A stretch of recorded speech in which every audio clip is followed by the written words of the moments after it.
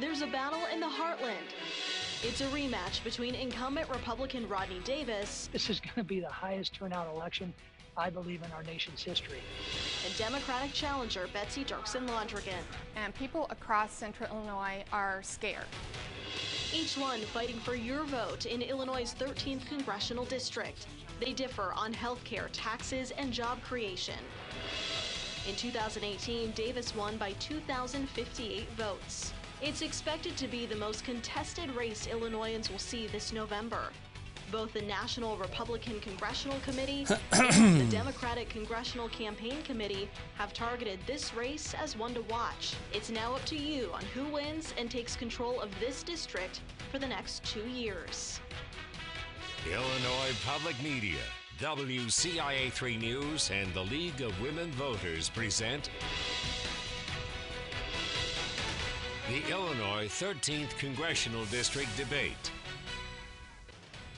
Your local election headquarters welcomes you to the 2020 Illinois 13th Congressional Debate.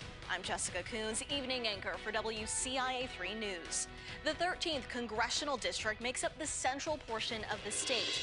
It includes Calhoun, Christian, DeWitt, Greene, Jersey, Macon, Macoupin, Montgomery, and Piatt counties. Portions of Bond, Champaign, Madison, McLean, and Sangamon counties are also included in the district.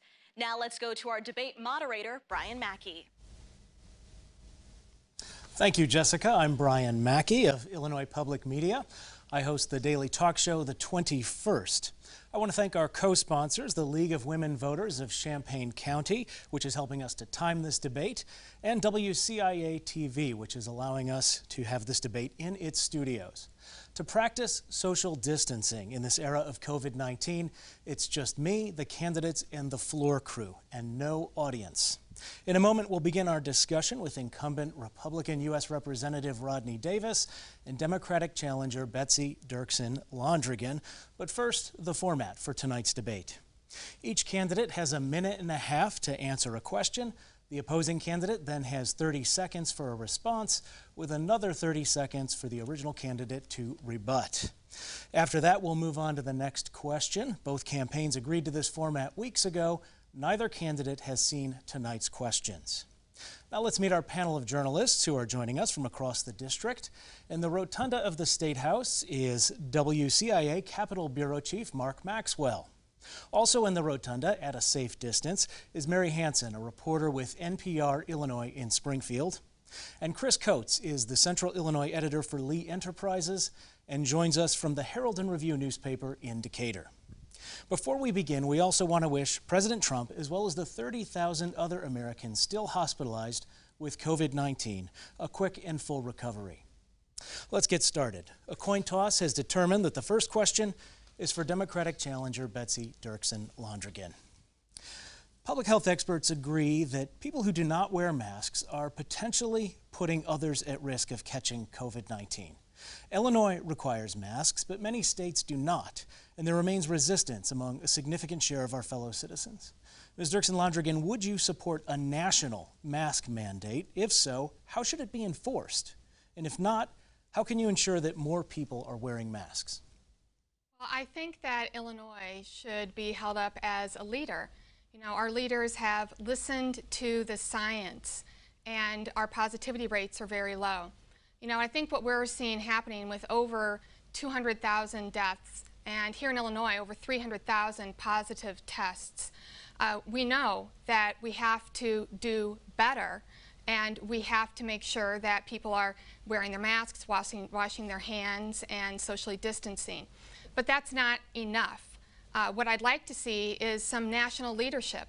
And I think the fact that, you know, we were all shocked when we found out that President Trump, and I am very happy that he and his wife are doing better. I was shocked, though, when I heard him, in his own words, say that he knew the virus was deadly, he knew it was airborne, and he lied to the American public about it repeatedly. And there was no national plan. We have to do better. Now, look where we are right now. We're in Champaign, Illinois. The University of Illinois in Urbana-Champaign showed us and is continuing to show us what a national plan could be based on. They worked together, they unified, They have testing, tracing, their own COVID protocols. This is how we get students back to school, how we get workers back to work, and how we get our economy reopened. I want to see leadership at the national level. I think we all deserve that, and let's use U of I as a role model. And that's time. Congressman Davis, you have 30 seconds to respond. Well, thank you. Unlike my opponent, I do not support a national mask mandate. I think the best decisions are made at the local level and the state level. And we need to make sure we give our local leaders and our state leaders the flexibility they need to ensure that they're going to be able to get through this crisis as well as they know how. I agree. Our college campuses are doing a great job in proving to the rest of the world how to address infections. Here in Champaign, even with one of the best testing modalities, we see 2,500 cases. But they're able to deal with those cases because we give them the chance to do it at the local level. That is 30 seconds, Congressman. Ms. Dirksen-Londrigan, 30 seconds to rebut. I think it's important to note that here in Champaign-Urbana, where they have had a unified plan, their positivity rate as of today is less than 0.5%. That's why students can get back to school at the college. It's why the community businesses can begin to reopen. And that's what we're all looking for here. We need a national plan where we can get people back to work safely, get students back to school safely, and get our economy reopened. Our next question is for Congressman Davis. As I said earlier, we wish the President and First Lady a full and quick recovery. Before his diagnosis, the President has generally refused to wear a mask, has mocked others for wearing one, and in a series of comments has repeatedly downplayed the scope and severity of this disease. I want to ask you, as honorary co-chair of President Trump's re-election campaign, how much responsibility does he bear for repeatedly downplaying the dangers of COVID-19? Well, Brian, I wish the President and the First Lady well. I'm glad that they seem to be going through this infection as asymptomatic as I did back in August. I feel blessed that the only symptoms I had were a slight fever and a little bit of loss of taste and smell. And after 10 days, I was able to get off of quarantine. At the same time, I encouraged people to follow the CDC guidelines. I did follow the CDC guidelines when my doctors think I would have picked up the infection a couple of days before my initial diagnosis. But even then, we still saw the infection infected me. And even with the best testing modality system in the world at the White House, it can still get through. We're all learning about a disease that no one on earth knew existed even a year ago. We're doing great in working in a bipartisan way at the beginning of this pandemic to address many of the issues of investing in therapeutics that the President has been taking, investing in vaccine development. Those are the things that I promised I would do at the beginning of this pandemic. Now, there's a lot of blame to go around from Republicans and Democrats, but the bottom line is, not one time in my 7.5 years as your congressman has anybody come to me and said, we need to address a national stockpile issue. We need to work on pandemic response. That's got to change in the future. And that's why I've introduced a bill to create a coronavirus commission to Monday morning quarterback this thing to death after it's over. Ms. Dirksen-Londrigan, 30 seconds. Well, with no national plan in place, states were pitted against one another, frantically trying to figure out where they could get protective gear for their essential workers, where they could get testing, how they could build it. We have to do better, and we can do better, and we should have done better. You know, and I am happy that the congressman and his family are doing well and made it through COVID. He had access to rapid testing. President Trump had access to rapid testing. They both have access to excellent health care. And that's why I'm in this race, because I want everyone to have access to health care. That is time. Congressman Davis, another 30 seconds. Do you think the President is responsible? You know, my constituents have access to rapid testing at the Walgreens facility in Springfield, Illinois that I used and my wife used and many use on a daily basis. I'm proud of that public-private partnership. The President has access to testing, but unfortunately on Capitol Hill, the workers that keep the place clean, the workers that protect that house, they don't have access to the same testing. And Nancy Pelosi, her supporter, is the one holding that back while I've been leading the charge to make sure that our frontline workers on Capitol Hill are protected. Thank you, Congressman. Our next question comes from Mary Hansen in Springfield. Mary. This question is for Ms. Dirksen-Londrigan. In Illinois, 50,000 more households applied for a statewide rental assistance program than it could serve. Housing advocates say more federal money needs to be made available for rent and housing assistance during the COVID-19 crisis. Do you believe that Congress should step in and make this money available? Absolutely believe that Congress needs to step in and make more funding available. You know, I hear from people all over central Illinois, and they and their families are stressed beyond belief because they're trying to figure out how they're going to hold on to their home, how they're going to pay their electrical bills, how they're going to get their groceries. You know, just this week I was over at the Boys and Girls Clubs in Springfield passing out boxes of food as part of a food drive. The cars were lined up for 3 blocks, and that is heartbreaking, and this is where people are at. You know, Congress does a lot of things. We found out when it came to the Supreme Court nomination that the Senate can actually move very quickly when they want to. I wish they were putting that same energy into helping families. People need their unemployment insurance extended. We need it bumped up. We also need to make sure that our small businesses can stay afloat. And that means making sure that there is more money in the payment protection program. Because I do believe that we can all come together and that we can beat this virus, but we have to make sure that when we get to the other side of this, that we have our families intact, that we have our small businesses intact, and that we have an economy that we can reopen so that we can get our workers back to work and our students back in school. Thank you. Congressman Davis, 30 seconds. Well, that is exactly why I joined my colleagues on both sides of the aisle to create the Paycheck Protection Program, the PPP program. It helped save so many mom and pop shops like Lindy McDonald's auto repair shop here in Champaign, Illinois. She called, said, we need help. Never asked for government help before. These are the types of programs that can take place when we come together. And unfortunately, Nancy Pelosi has held up progress on another stimulus to help those who still need assistance. Ms. Dirksen-Londrigan, 30 seconds. You know, I agree. There have been a lot of businesses that were helped by the Payment Protection Program, and we have to refill those coffers. You know, one thing that I disagreed with Congressman Davis on is that he voted repeatedly against providing transparency to taxpayers on how that money was being spent. And what we have seen happen is that when the bail was finally lifted, even though he voted against the formation of oversight committee and voted against transparency measures, we saw that a lot of that money went to companies who shouldn't have it. So let's refill the coffers, but let's make sure it's getting to where it's supposed to go. For our next question, we go to Decatur and Chris Coates.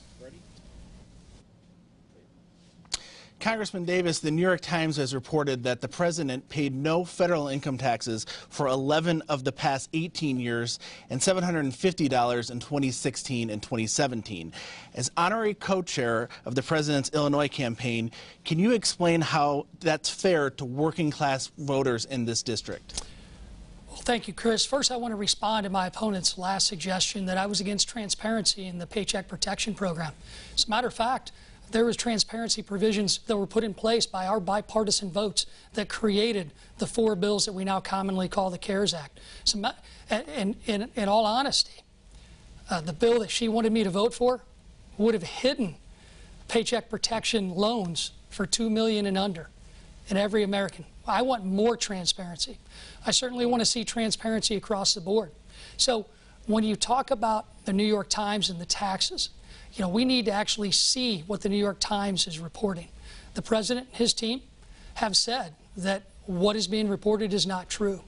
They need to be able to have a chance to determine whether or not they're going to be able to respond to a story where they don't have all of the information. But let me tell you about my taxes.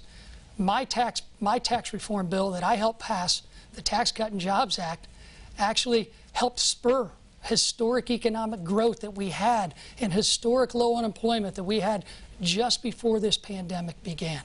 The overwhelming highest percentage of money going back into family budgets went to middle-class families. We brought American jobs back to America. That's what I said I was going to do when I asked for your vote to be your congressman. We made it happen, and I'm proud that we were able to work with this administration to get it done. Thank you. Ms. Dirksen-Londrigan, 30 seconds. It is ridiculous that a millionaire or billionaire is paying $750 a year in taxes. The system is broken. I believe that if teachers, nurses, and grocery store workers are paying their fair share of taxes, then millionaires and billionaires should too. And the tax scam of 2017 that Congressman Davis was a face of, that resulted in companies like Amazon and Netflix paying nothing. And that is time. Congressman Davis, 30 seconds. The large companies were basing their operations overseas and not paying anything. We brought those dollars back to the United States. You know, my opponent clearly doesn't like our tax cut bill that put money in your pockets. So she wants to raise your taxes. That's probably why she supports Governor Pritzker's graduated income tax plan that can effectively raise middle class families' taxes. It's all about more government for Betsy Londrigan, not me. Thank you. We go back to the State House for our next question from Mark Maxwell. Mark. This question is for Betsy Dirksen-Londrigan. The world is watching as some of the largest drug companies in the world compete and race to try and develop a vaccine or a treatment for COVID-19. You've argued that often these drug companies can charge patients too much. Yet others have warned that if we cap what a drug company can charge for what they create, it might limit what they can come up with and make. So how do you do that? How do you lower the cost of prescription drugs without stifling innovation in the lab? Well, look, I hear from people in every corner of the district about the high cost of prescription drugs. And Mark, people are making horrible choices in their own lives to pay for their prescriptions. They're rationing their drugs, or they're making a decision between whether or not they can go to the grocery store or refill their prescription, and we have to do better than that. I want to allow Medicare to negotiate for drug prices directly with pharmaceutical companies. Medicare has the largest number of enrollees who are the biggest consumers of prescription drugs. That's purchasing power. Let's unleash that, and let's bring the cost of prescription drugs down for everyone. And the lower prescription drug costs bill that Congressman Davis voted against also took money from those savings and put it back into the National Institute for Health for research, and we have to do that. It's not a surprise, though. Now, Congressman Davis has taken millions of dollars in corporate PAC money. He's taken over $200,000 from big pharma corporate PACs alone. And then he voted against lowering the cost of prescription drugs. I want to make sure that if people need their prescription refilled, they don't have to make that kind of heart-wrenching decision. And we can do that by allowing Medicare to negotiate for drug prices and bring costs down for everyone. We can do better. Thank you. Congressman, 30 seconds. Let's look at the facts. The bill that I supported actually would have made sure that there were 15 more cures. Now, I don't want to be the person picking out the 15 families with pre-existing conditions and saying your cures are not going to move forward because we passed a bill that Betsy Londrigan supports. Now, our bill would lower costs, but let's look at the facts. We have made sure that generic patents have gone through at historic rates. Medicare Part D premiums have gone down the past 2 years in a row. Thank you, Congressman. We're doing That's our job. 30 seconds. Betsy Dirksen-Londrigan, another 30 seconds. Congressman Davis, after taking over $200,000 from big pharma corporate PACs, voted against lowering the cost of prescription drugs. Those are the facts. That is not a congressman who is going to help our senior citizens afford their drugs. You met Hannah. Hannah just recently appeared in one of our ads because she was so upset about the cost of her epilepsy medicine. This is a real-life issue that needs real-life solutions. Thank you. Mary Hansen has our next question from Springfield. This question is for Congressman Davis. The first coronavirus aid package suspended federal student loan payments. The president recently extended that through the end of the year. It also included a tax benefit that you've proposed for employers to pay up to $5,200 tax-free towards an employee's student debt. What more should Congress do to alleviate the burden of student loans? Well, first off, I'd like to address the attack that was made by my opponent on me just a second ago. She says she doesn't take corporate PAC money, but takes corporate PAC money in advertisements from many of the folks who are raising money from big pharma and insurance companies. And her mortgage is literally paid for by corporate lobbying with big pharma clients. Let's be honest. These are the things that matter to the American people.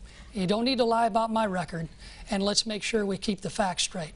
One of the proudest moments I've had was seeing my student loan repayment program pass as part of the CARES Act. This is a way that a public-private partnership can exist to help address a student debt crisis in this country. Many of the CEO of Chegg and other companies that are working with college students every day have made this their top priority. And what will happen is it's going to make sure that new graduates who are going into the workforce can now negotiate with their employers, who will be incentivized to offer up to $5,250 per year to pay down their student debt. This is a common sense approach that I told you I was going to pass when I first asked for your vote. This is why I'm one of the most bipartisan members of Congress. I'm going to continue to be a bipartisan voice and address the issues that are most important to the constituents of the 13th District, just like this issue is for our college students. Ms. Dirksen-Londrigan, 30 seconds to respond. Sure. Congressman Davis, Trump's co-chair for his 2020 re-election campaign, votes 91% of the time with President Trump. So let's keep the facts clear on your supposed bipartisanship. Look, when it comes to college affordability and paying off student loans, we have over 100,000 college students here in central Illinois. So we need to make sure that we are allowing them to refinance and that we are providing alternatives. And that's time. Congressman, 30 seconds. Refinancing doesn't help pay down the debt. Actual solutions like my bill that is now law will help students get into the workforce and begin to be able to save for their future and achieve the American dream. These are the common sense solutions that come from somebody who's ranked by nonpartisan ranking institutions like the Lugar Center as the 13th most bipartisan member out of 435 members in the House. Don't listen to the talking points, listen to the facts. Thank you. Our next question is from Chris Coates in Decatur. And it's a question about your support for a government-run insurance plan and the possible impact on rural hospitals. A study by a hospital and insurance trade group says up to 39 rural hospitals in Illinois could close as a result. And of course, we have a lot of those types of rural hospitals in our district. How do you weigh that kind of possible impact with your support for so-called Medicare X? Sure. Well, the whole reason I got into this race in the first place is to protect the Affordable Care Act. And that remains my #1 priority. We have to make sure that every person can get to the doctor when they need to. And you know, this is a personal issue for me and my family. When my son was 12, he was in the pediatric intensive care unit of our children's hospital in Springfield. He had surgery, was put into a medically induced coma, had a ventilator that was breathing for him, and was read last rites not once, but twice. And I know every day of my life that if we had not had access to good medical care, I would be a mom of 2 and not 3. And if we hadn't had good insurance, it would have bankrupted our family. So making sure that every person has access to quality, affordable care is my #1 concern. We have to drive down the costs. We can do that in a couple of ways. One is by introducing a public option, a Medicare public option that I would only support working in concert with the hospitals to make sure that they can maintain their excellent standard of care. That can help drive down costs. Now, what Congressman Davis doesn't want you to know is that each of those 11 times that he voted to repeal the Affordable Care Act with no replacement, he voted to gut Medicaid, which could shutter those 39 hospitals here in Illinois. Congressman Davis, 30 seconds. Yeah, procedural votes that have no impact on a replacement or on the bill that's passing don't count as 11 votes. The one vote that counted protected pre-existing condition coverage for every single American because it's personal to me. My wife's a 21-year cancer survivor, and every single time Betsy Londrigan and her corporate PAC-funded allies like Big Pharma come after me and they say that I want to get rid of pre-existing conditions, that's an attack on my wife. It's an attack on my family. And that's something that needs to stop. Ms. Dirksen-Londrigan, 30 seconds. He voted 11 times to repeal the Affordable Care Act with no replacement. Unless somebody walked up and pressed the button when you weren't looking, every one of those 11 times, that was you. 11 times to repeal the Affordable Care Act with no replacement. Make no mistake about it. It would have gutted protections for people with pre-existing conditions. It risked shuttering rural hospitals and taking away every essential health benefit that we all count on. And the last question of this half hour goes to Mark Maxwell in Springfield. Mark. Congressman, the Trump administration is now suing in court in a case that could go before the Supreme Court that might end the Affordable Care Act. You did vote to support that lawsuit initially, but then on September 24th said that you had changed your mind and no longer supported that legal challenge because it wouldn't be right to take away someone's health care during a pandemic. Does that mean that you now acknowledge your earlier support for the lawsuit could have in fact had that effect of taking away someone's health care? The vote you're talking about, Mark, was a vote on the House rules package that goes way beyond gimmick lines like supporting a lawsuit. There were plenty of rules that I disagreed with, and I voted no. But that was not a standalone bill. It's interesting to note in the last response, my opponent did not shy away from her support for Medicare X, which would close up to 39 rural hospitals in central Illinois, or in Illinois. Many that could be in places like Monticello, Clinton, Staunton, Taylorville, Litchfield, Hillsborough, and others. Now, the Affordable Care Act, we need to fix it. It's leaving 60 million Americans behind. And at one point, before tonight, my opponent actually agreed that it needed to be fixed.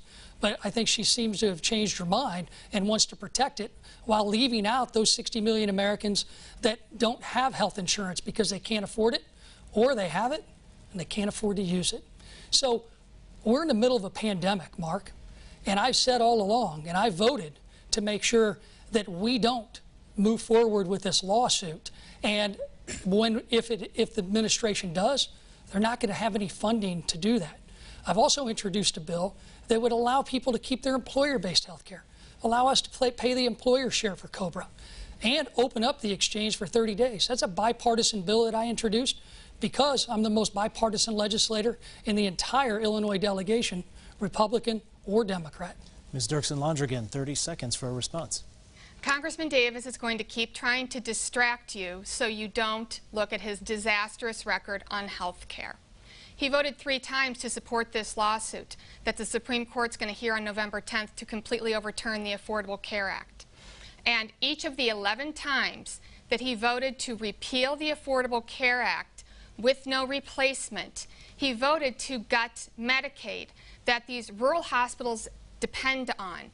Every one of those votes was to gut those hospitals. Thank you. Congressman, 30 seconds.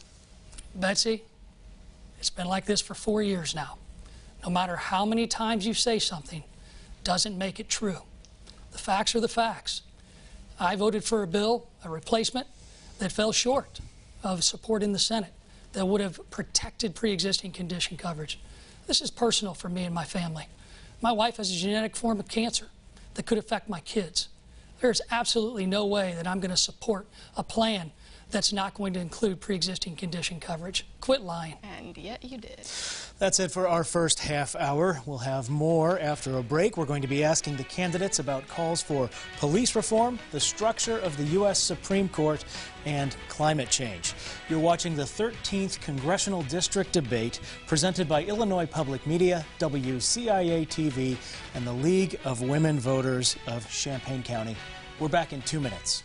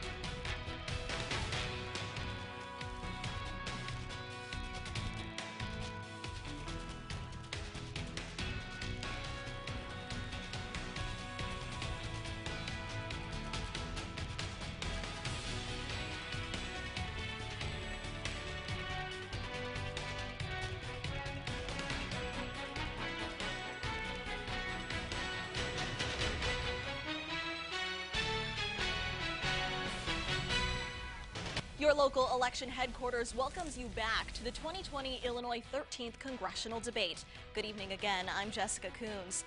We want to remind you to follow along at home using the hashtag ILVotes2020 on social media. Let's get right back to the questions with moderator Brian Mackey. Thank you, Jessica. I'm Brian Mackey, the host of the 21st talk show at Illinois Public Media.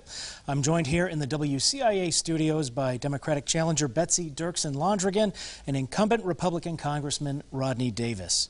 We are practicing social distancing during this debate. Only the candidates, floor crew, and I are in the studio. Joining us from across the district, WCIA Capitol Bureau Chief Mark Maxwell is in the State House in Springfield tonight. Mary Hansen, a reporter with NPR Illinois in Springfield, also joins us from the Capitol Rotunda. And Chris Coates is the Central Illinois editor for Lee Enterprises and joins us from the Herald and Review newspaper in Decatur. Now we're going to get back to the questions. The first one is for Betsy Dirksen-Londrigan. If Judge Amy Coney Barrett is confirmed by the Senate for a seat on the Supreme Court, there would be a 6-3 conservative majority. Some on the left have called for appointing additional justices to the court, which would require an act of Congress. Would you vote for legislation that would expand the size of the U.S. Supreme Court? No, I don't believe in expanding the size of the Supreme Court.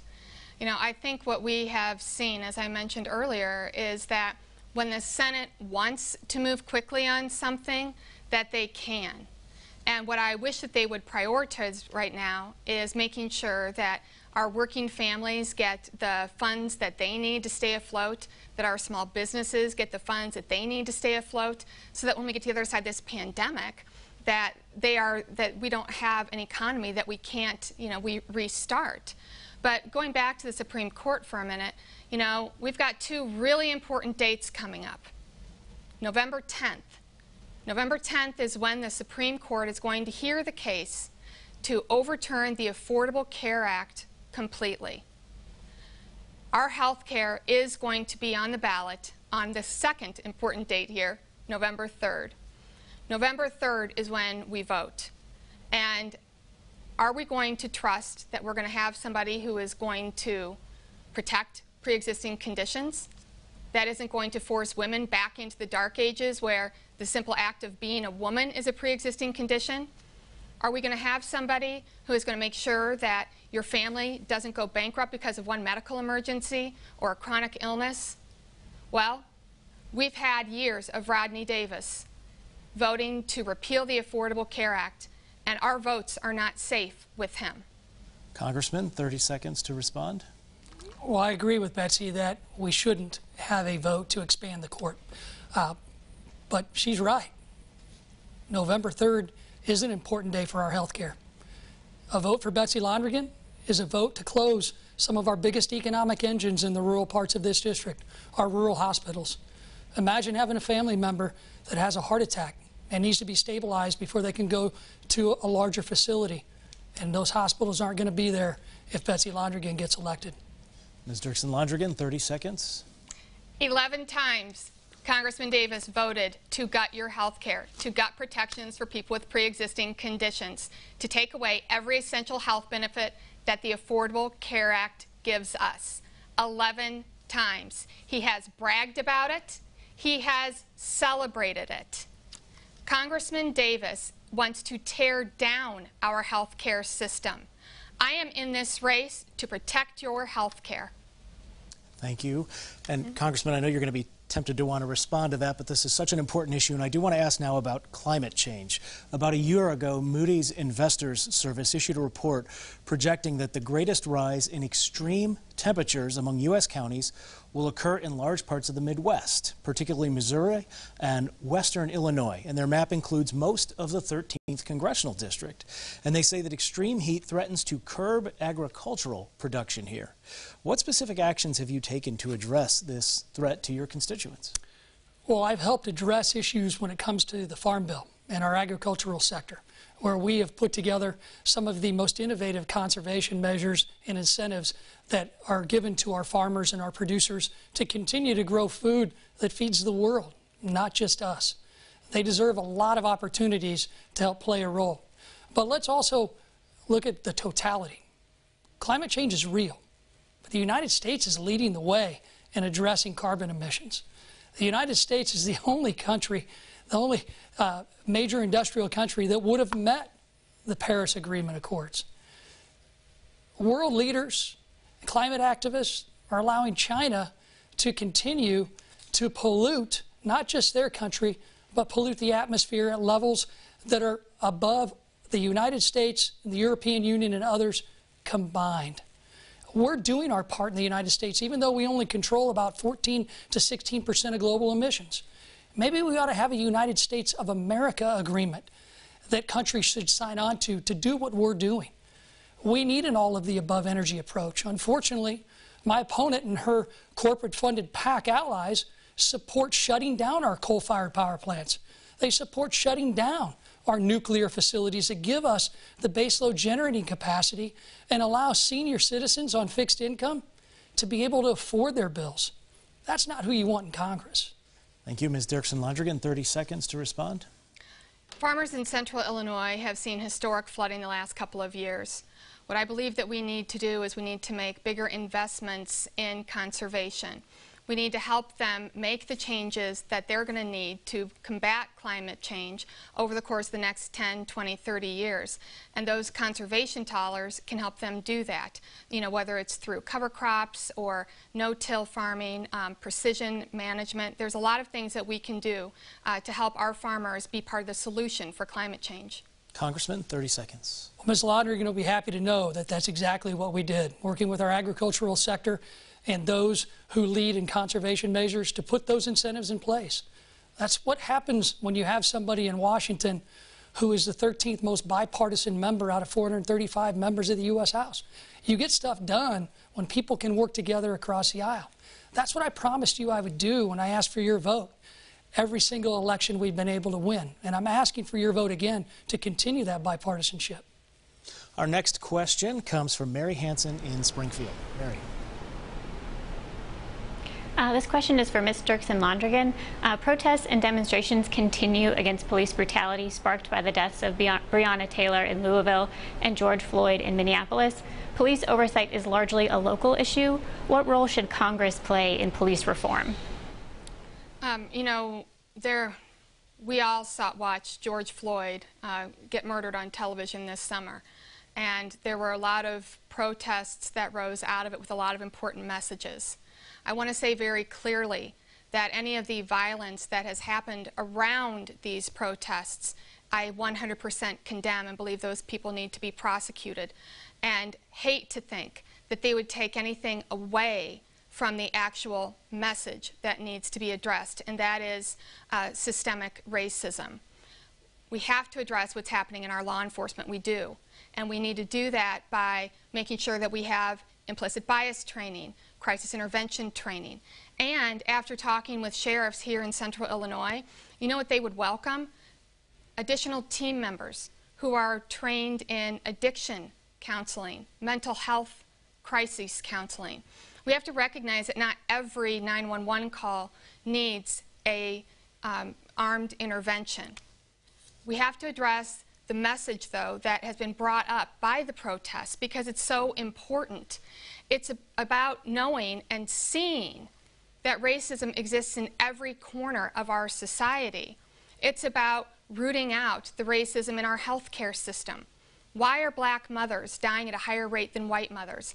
It's about addressing the racism in our educational system and in our housing. I'm ready to do that. I'm ready to address these issues on day one. Thank you. Congressman, 30 seconds to respond. There is a role for Congress to play, which is why I co-sponsored a companion bill of Senator Tim Scott, the only African-American Republican in the Senate. And it's my opponent's supporters, Senator Durbin and Senator Duckworth, that voted not to even allow that bill to be debated. Many of the issues that she just brought up would have been addressed by passing that bill, and we could have passed our own in the House and worked out a compromise. The good news is many issues here in Illinois have already been addressed. Tom Schneider, who runs the Central Illinois Law Enforcement Training Center, said 2 weeks more of de-escalation techniques and social justice already exists in Illinois. Thank you, Congressman. That's time. Ms. Dirksen-Londrigan, 30 seconds. I want to reiterate that we can start by looking at law enforcement, and we have to, so that we don't have any more George Floyd's, Breonna Taylor's, or Ahmaud Arbery's. But if we stop there, then we are missing what people are protesting about, and it's about the systemic injustice that they are living every day in their lives. So we have to address it in our health care and in our economic systems. Thank you. We go back to the state capitol for our next question from Mark Maxwell. Congressman Davis, President Trump promised to appoint judges to the Supreme Court who will rule to overturn Roe v. Wade. You've predicted that the Senate will, in fact, confirm Judge Amy Coney Barrett to the nation's high court. When asked if that could mean the end of Roe v. Wade, President Trump told Fox News, quote, "It's certainly possible, and maybe they do it in a different way. Maybe they'd give it back to the states. You just don't know what's going to happen." So, Congressman, if there's a vote to codify Roe v. Wade and make it the law of the land, protecting abortion rights, how would you vote? I'm pro-life, Mark. You know that. And I'm proudly able to stand here and say, outside the cases of rape, incest, or death of the mother, I want to protect the unborn. Now, the Supreme Court is not an issue that we face in the House. We don't get to confirm those judges. I certainly hope that we can come together as a country and ensure that we have a full Supreme Court once this justice is nominated and confirmed by the U.S. Senate, not by the House. We need to come together as our country. We need to not just talk about issues that divide us. That's one of the reasons why I think you've seen a political litmus test when it comes to coronavirus and our coronavirus responses. We live in the greatest country in the history of the world, Mark. We have opportunities here that people in other countries only dream about. Instead, we fight and bicker over political litmus tests instead of actually recognizing what we do well. The United States of America is going to get through this coronavirus when we stop playing politics and start realizing that we've invested in therapeutics, we've invested in vaccine development, we've invested historic amounts in medical research funding together. But that doesn't get a lot of TV attention. Unfortunately, what does is where we all disagree. If you look back, I think history is going to judge Republicans and Democrats in Congress very favorably at the beginning of this pandemic because we stood together and we got things done. Thank you. Ms. Dirksen-Londrigan, 30 seconds. I trust women. I trust women to make their own decisions about their own bodies without the government interfering in those very personal medical decisions, period. When you're in Congress, what you can do is you can do what Congressman Davis has done, which is vote to defund Planned Parenthood and vote to overturn the Affordable Care Act and put women back into the dark ages, and we won't go. That is time. Congressman Davis, 30 seconds for a rebuttal. I don't believe government should be in charge of our health care, unlike my opponent. Her plan would put government in charge, and it would allow rural hospitals throughout this district to close. That's not helping women or anyone else get the health care they deserve. I want to make sure that our health care decisions are done via patient, via physician, via doctors and medical professionals. That's how I've voted. That's how I'll continue to vote, because that is how we have the greatest health care system in the world that saved my wife and many others. Our next question is from Chris Coates in Decatur. And thank you, Brian. The question is about campaign donations. What kind of campaign donations have you received from groups affiliated with Speaker Madigan, and do you plan to return that financial assistance? Happy to answer that in just a second. I want to go back and respond to something that Congressman Davis said, that he doesn't believe that the government should have a role in people's health care. That should be qualified with unless you have a uterus, because then he seems fine with the government telling women what to do with their bodies. All right, moving on. Look, what's going on right now with, with the Speaker, with the investigations, what I have said all along is that, nobody is above the law, that these investigations have to be thorough. Anyone proved to be involved in this bribery scheme has got to step aside immediately. And while this bribery scheme is unfolding and they're getting to the bottom of it, there is actually an admittedly guilty party in this bribery scheme, and that is ComEd Exelon. Now, it is worth noting here that ComEd Exelon has donated directly to my opponent. Over $64,000 came from the CEO, executives, and the corporate PAC from ComEd Exelon. Now, they donated this money to my opponent while they were bribing politicians to keep their rates higher. So when we're talking about what's happening here in Illinois and the dirty politics, Congressman Davis is right in the middle of it. Congressman Davis, 30 seconds. I didn't think you could be more dishonest, but here we go. This is an opportunity for you to denounce Speaker Madigan and the corruption at ComEd. ComEd is not Exelon. I will not sacrifice the hundreds of employees that work at the Exelon nuclear facility because of your misinformation. I have never taken any donations from ComEd executives. Exelon is not under a plea agreement. It's your supporters and the $82,000 or the thousands of dollars, tens of thousands of dollars that you took directly from ComEd lobbyists who have been implicated. You need to stand up to Speaker Madigan, and you won't. Thank you, Congressman. Ms. Dirksen-Londrigan, 30 seconds. If you look at the advertisements when you're watching a White Sox game, you know what it says? It says ComEd, parent, it says a company of Exelon. Exelon owns ComEd, Congressman, but you know that. You accepted money both from Exelon's PAC and from the ComEd Exelon CEO and executives. I know it's a drop in the bucket compared to the over $3 million that you have taken from corporate PACs, but it is significant. Okay. And we also asked you to send us your questions at IllinoisNewsroom.org. They are on video. The first one is directed to Congressman Rodney Davis. Hello, my name is Nick Kozleski, and I live in Urbana. Given the large amount of people who have left Illinois in recent years, what investments can be made in our infrastructure to help create jobs and grow our economy, to help encourage people to stay and also attract outsiders to live and work in Illinois? Congressman, 90 seconds. Well, thank you, Nick. First, I want to address what my opponent just said.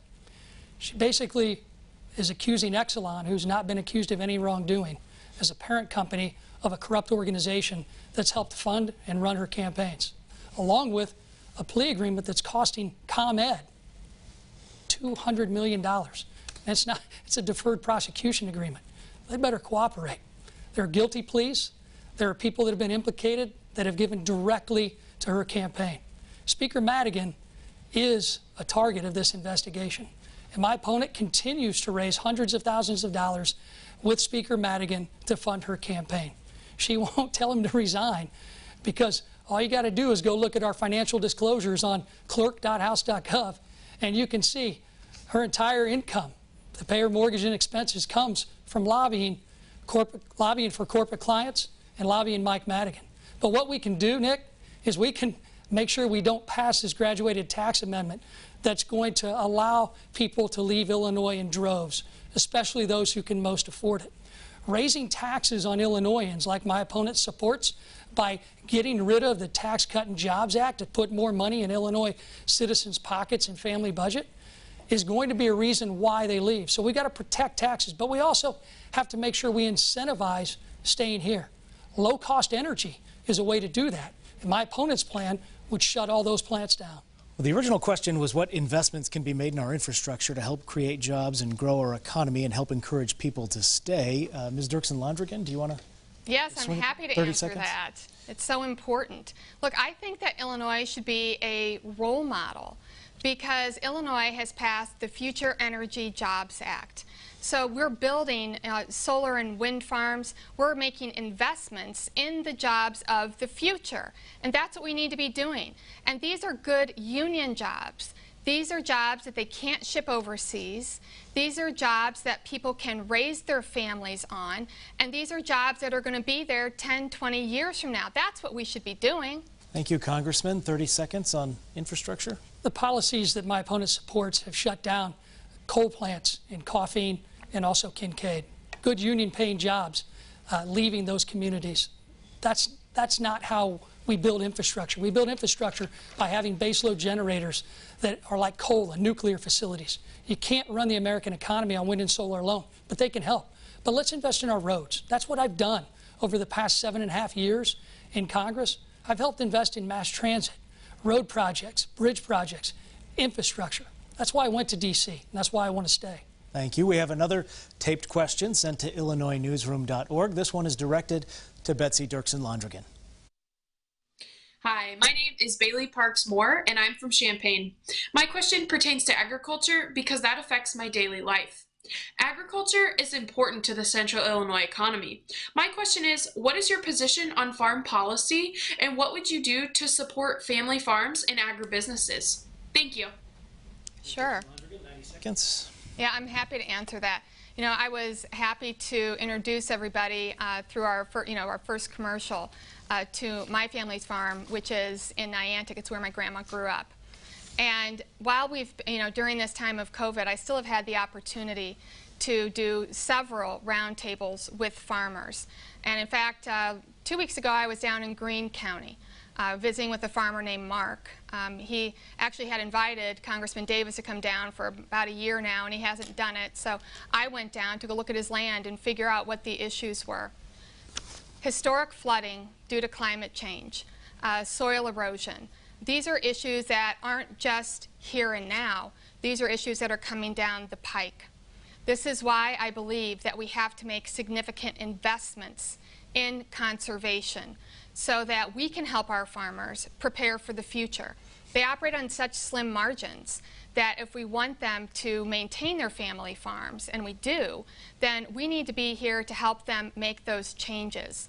You know, and we also need to make sure that our farmers have markets to sell to.